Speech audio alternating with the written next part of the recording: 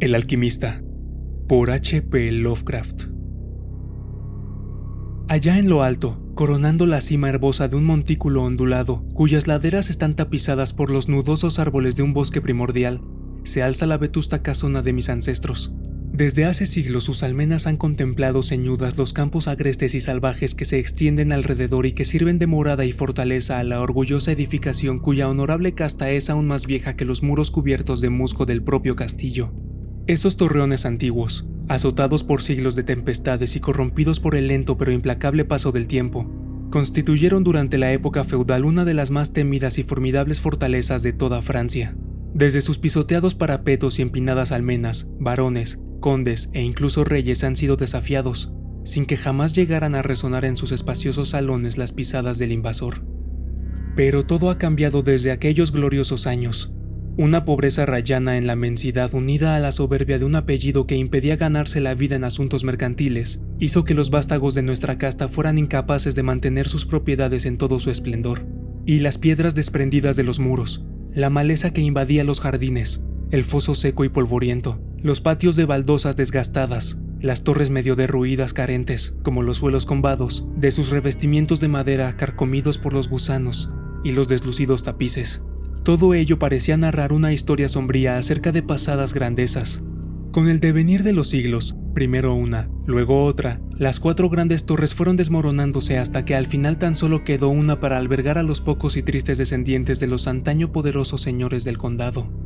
Fue en una de las enormes y tenebrosas estancias de aquella torre que aún se mantenía erguida donde yo, Antoine, el último de los desdichados y malditos condes de C, vi por primera vez la luz del día, hace ahora 90 largos años. Dentro de esos muros, entre bosques tenebrosos y sombríos, rodeado de quebradas ásperas y grutas que se abrían en la falda de la colina, pasé los primeros años de mi atormentada existencia. Jamás conocí a mis progenitores. Mi padre había muerto a la edad de 32 años, un mes antes de que yo naciera, debido a la caída de uno de los pedruscos que colgaban precariamente sobre los desolados parapetos del castillo. Y, habiendo fallecido mi madre al dar a luz, mi cuidado y educación recayeron por completo en el único sirviente que quedaba, un hombre viejo y leal de considerable inteligencia que recuerdo que se llamaba Pierre. Yo no era más que un chiquillo, y la ausencia de compañía que estos hechos trajeron consigo se vio aumentada por los extraños cuidados que mi vetusto guardián se tomaba para alejarme de los muchachos campesinos que moraban en las cabañas dispersas por las llanuras que se extendían a los pies de la colina. Por aquel entonces, Pierre siempre me decía que aquel trato discriminatorio se debía a mi noble cuna, que me situaba por encima de cualquier tipo de relación con los plebeyos. Ahora sé que su verdadero motivo era evitar que llegaran a mis oídos los cuentos de viejas que corrían acerca de la maldición de los de mi casta, murmuraciones que se contaban por las noches y que los simples aldeanos exageraban mientras cuchicheaban al resplandor del hogar que crepitaba en el interior de sus chozas. Y así, en total soledad, obligado a buscar mis propias distracciones, pasaba las horas de mi niñez enfrascado en los viejos volúmenes que poblaban la biblioteca llena de sombras del castillo, y vagabundeaba sin rumbo ni propósito a través del bosque espectral y tenebroso que tapizaba la base de la colina. Tal vez a causa de tales compañeros mi mente pronto se inundó de una extraña melancolía. Todos esos estudios y búsquedas que tenían que ver con lo oculto y oscuro de la naturaleza eran lo que más me llamaba la atención. Poco se me permitió saber de mi linaje, y, sin embargo, lo poco que pude descubrir por mis propios medios me sumí en una honda depresión. Quizá, en un principio, fuera debido a la manifiesta aversión de mi viejo preceptor a la hora de hablar de mis antepasados paternos lo que hizo que aumentaran esos miedos que siempre había sentido cada vez que se sacaba a colación la grandeza de mi casta. Sin embargo, según fui madurando, pude recuperar ciertos fragmentos inconexos de conversaciones que se escapaban sin voluntariedad alguna de entre los labios seniles que ya empezaban a traicionar a mi guardián, y que tenían algún tipo de relación con cierto acontecimiento que yo siempre había considerado insólito, pero que ahora adoptaba una significación espantosamente turbia. El hecho al que estoy aludiendo se refiere a la temprana edad en la que todos los condes de mi casta encontraban la muerte. Aunque siempre lo había considerado como algo consustancial a una familia poco longeva, más tarde me dio por meditar acerca de todas esas muertes prematuras, y comencé a relacionarlas con los desvaríos del anciano, que hablaba con frecuencia de una maldición secular que hacía que las vidas de mis antepasados no sobrepasaran la barrera de los 32 años. En mi 21º cumpleaños, el añoso Pierre me entregó un documento familiar que, según afirmaba, había pasado de padre a hijo desde hacía muchas generaciones, y seguido al pie de la letra por cada depositario. Su contenido era de lo más inquietante y una lectura más detallada confirmó la gravedad de mis temores. Por aquel entonces, mi creencia en lo sobrenatural era firme y estaba muy arraigada. De otra manera habría desechado con burlas la increíble narración que se desplegaba ante mis ojos. Los manuscritos me hicieron retroceder al siglo XIII, cuando el viejo castillo que me servía de morada era una fortaleza temida e inexpugnable. Hablaban de cierto anciano que una vez vivió en nuestras posesiones, un sujeto de no pocas habilidades, aunque apenas era más que un plebeyo. Su nombre era Michel, aunque generalmente solían llamarle Mouvet, el malvado, debido a su siniestra reputación. Había estudiado más de lo habitual para los de su clase, indagando en cosas como la piedra filosofal o el elixir de la eterna juventud, y tenía una fama considerable en el conocimiento de los terribles secretos de la alquimia y la magia negra. Michel Mouvet tuvo un hijo llamado Charles, un joven tan eficiente en el manejo de las artes ocultas como él mismo, al cual solía conocérsele como Le Sorcier, o el mago. Aquel par de sujetos, repudiados por las personas honestas, eran sospechosos de las prácticas más horrendas. Se rumoreaba que el viejo Michel había quemado viva a su esposa, a modo de sacrificio al diablo. Y también se señalaba a las puertas de aquellos dos en lo tocante a las incontables desapariciones de niños plebeyos de corta edad. Sin embargo, a pesar de la naturaleza oscura de ambos personajes, había cierta característica de humanidad entre ellos. El malvado viejo amaba a su retoño con furiosa intensidad, mientras que el joven sentía por su progenitor algo más que una simple devoción filial. Una noche, el castillo sobre la colina se vio sumido en lo más atroz de las confusiones ante la desaparición del joven Godfrey, hijo del conde Henry. Un grupo de búsqueda, encabezado por el enardecido padre, invadió la morada de los brujos, sorprendiendo al viejo Michel Mouvet al cuidado de un enorme caldero que bullía con frenesí. Sin mediar causa justa, preso de una furia loca y embargado por la desesperación, el conde se abalanzó con ambas manos sobre el anciano mago, y, cuando aflojó su abrazo mortal, este había expirado. En ese mismo momento, los alegres sirvientes anunciaban el descubrimiento del joven Godfrey en una estancia aislada y poco concurrida del enorme edificio, reconociendo demasiado tarde que la muerte del pobre Michel había sido en vano. Mientras el conde y sus acompañantes dejaban la mísera choza del alquimista, la figura de Charles Le Sorcier apareció entre los árboles. La cháchara nerviosa de los criados más cercanos le puso al tanto de lo sucedido, aunque al principio no pareció darle importancia al destino de su progenitor. Luego, avanzando lentamente al encuentro del conde, pronunció con una voz queda, pero espeluznante, la maldición que desde entonces ha afligido a la casta de los C. Que jamás un noble de tu estirpe asesina alcance más edad de la que ahora tienes, exclamó, y, de repente, dando un salto hacia atrás, entre el bosque, sacó de su túnica una redonda que contenía un líquido incoloro, y se lo arrojó al rostro del asesino de su padre mientras desaparecía detrás de la negra cortina nocturna. El conde murió sin decir una palabra, y fue sepultado al día siguiente, con poco más de 32 años desde el día de su nacimiento. Jamás se encontró rastro del homicida, a pesar de que incansables grupos de campesinos registraron los bosques cercanos y los campos herbosos que rodeaban la colina. Mas el tiempo y la ausencia de alguien que lo recordara diluyó de la memoria de la familia del conde todo lo concerniente a la maldición. Así que cuando Godfrey, que inocentemente había causado la tragedia, y era ahora el nuevo portador del título, murió atravesado por una flecha mientras cazaba, a la edad de 32 años, nadie pensó en otra cosa que en la tristeza por tan desdichado suceso. Pero cuando, años después, el joven conde que le sucedía, cuyo nombre era Robert, fue hallado muerto en un prado de los alrededores sin motivo aparente, los campesinos empezaron a murmurar que su señor apenas acababa de celebrar su 32º cumpleaños cuando la muerte lo había sorprendido prematuramente. Louis, hijo de Robert, fue descubierto ahogado en el foso a la misma fatídica edad, y así, durante siglos, la ominosa lista seguía sin descanso. Henrys, Roberts, Antoines, Armands, arrebatados de vidas felices y virtuosas cuando apenas sobrepasaban la edad que tenía su desdichado ancestro al morir. Que por entonces no me quedaban más de 11 años de vida parecía demostrado por las palabras que había leído. Mi vida, tan poco valorada hasta esos momentos, se hizo más y más preciada según avanzaban los días, y fui sumergiéndome progresivamente en los misterios de un mundo oculto de magia negra. En mi soledad, la ciencia moderna no me había influido y trabajaba como en la Edad Media, con el mismo empeño que el viejo Michel y el joven Charles habían impuesto en el logro de la sabiduría demoníaca y alquímica. Y sin embargo, por mucho que leyera, no conseguía encontrar nada que aclarara la extraña maldición que pendía sobre los de mi casta. En ciertos momentos en los que regía con inusual lucidez, Creía incluso poder encontrar explicación natural, culpando de las muertes tempranas de mis ancestros al infausto Charles Le Sorcier y a sus herederos.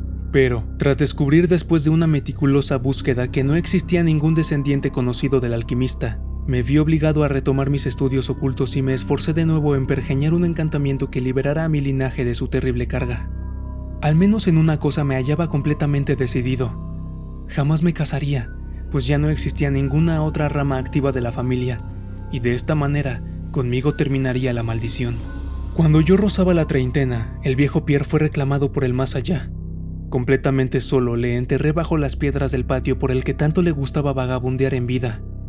De aquella forma fui dejado a mis solitarias meditaciones, la única criatura humana que ahora habitaba la enorme fortaleza, y en aquel aislamiento absoluto mi mente fue dejando de rebelarse en vano contra la maldición que pendía sobre mí, llegando casi a reconciliarse con el destino aciago que ya había golpeado a tantos de mis ancestros.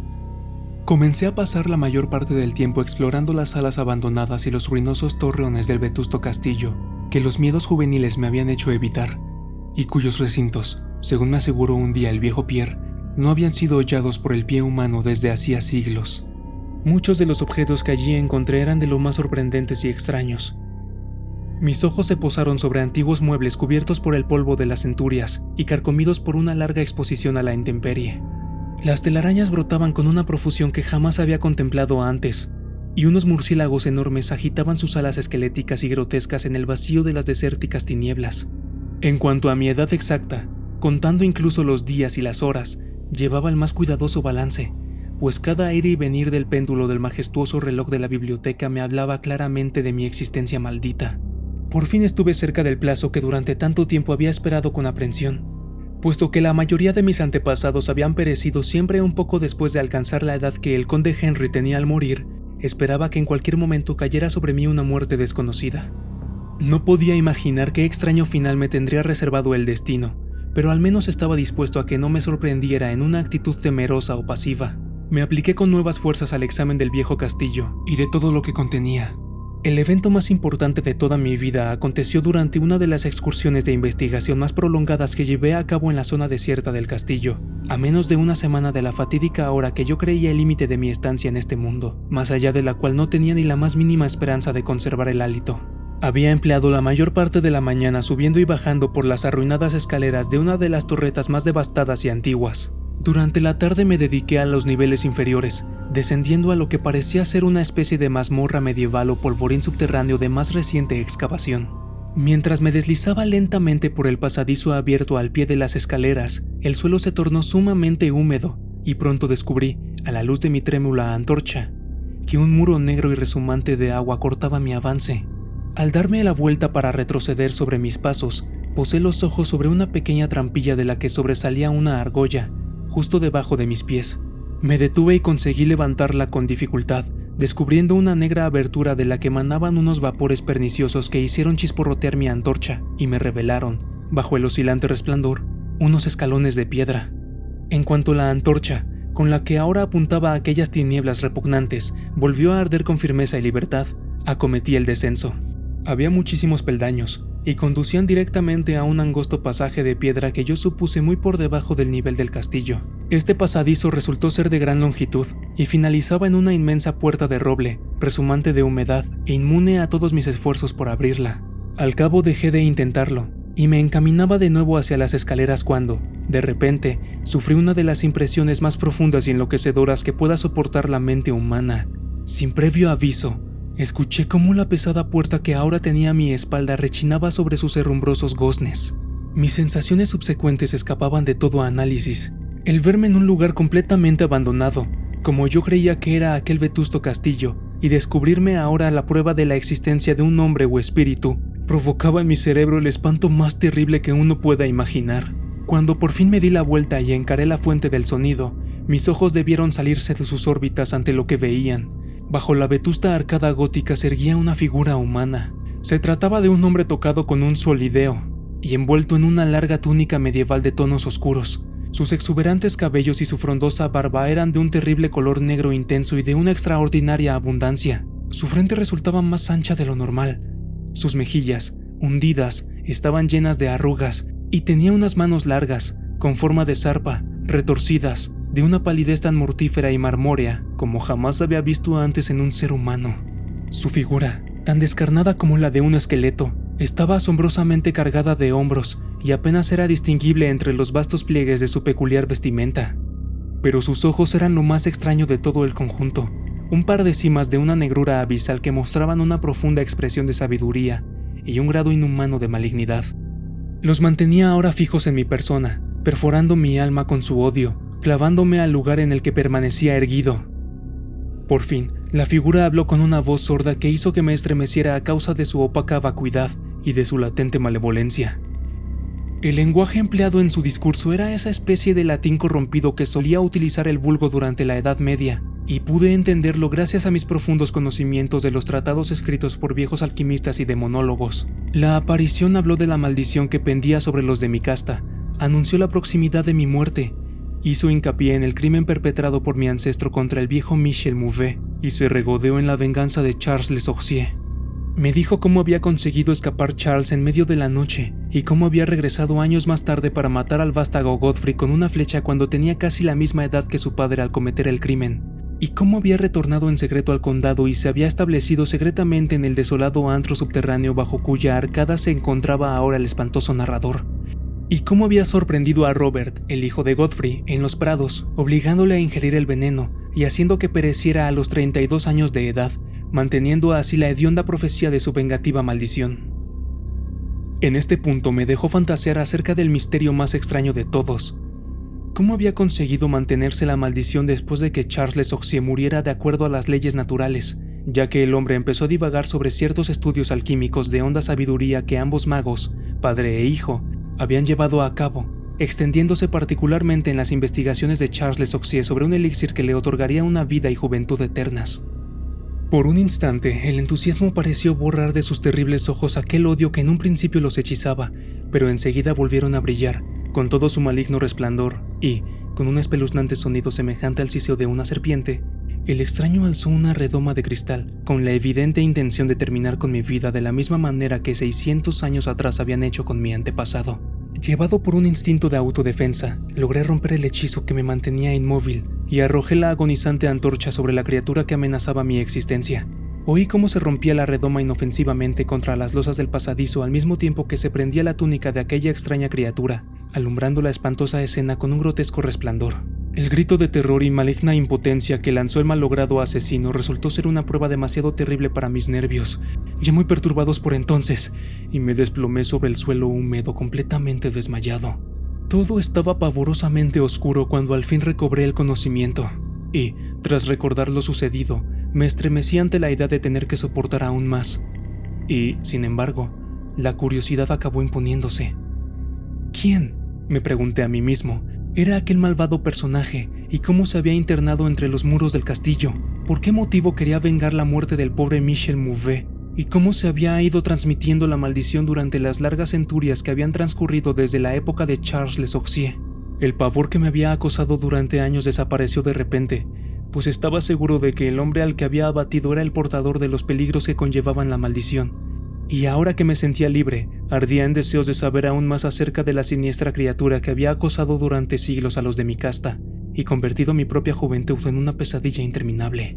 Dispuesto a seguir con mi investigación, hurgué en mis bolsillos en busca de yesca y pedernal y prendí la antorcha de repuesto que había traído conmigo.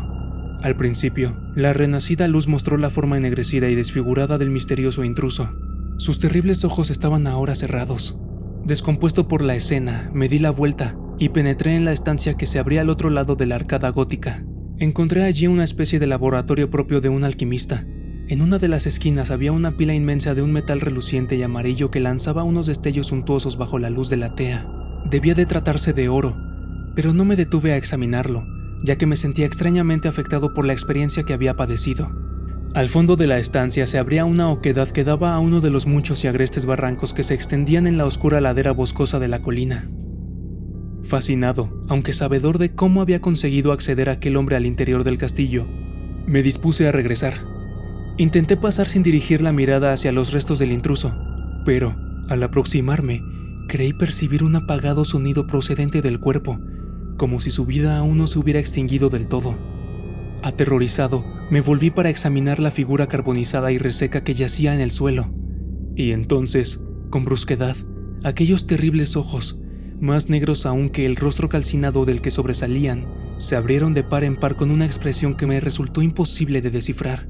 Los labios agrietados intentaron articular unas palabras que no pude reconocer del todo. En un momento dado, capté el nombre de Charles Oxier, y más adelante creí reconocer las palabras años y maldición brotando de aquella boca retorcida. A pesar de todo, fui incapaz de encontrarle sentido a su desmadejada plática. Ante la evidencia de mi desconocimiento, esos ojos profundos como cimas relampaguearon una vez más con toda su malevolencia hacia mi persona, hasta el punto de que, a pesar de ver a mi enemigo completamente vencido, no pude evitar un escalofrío.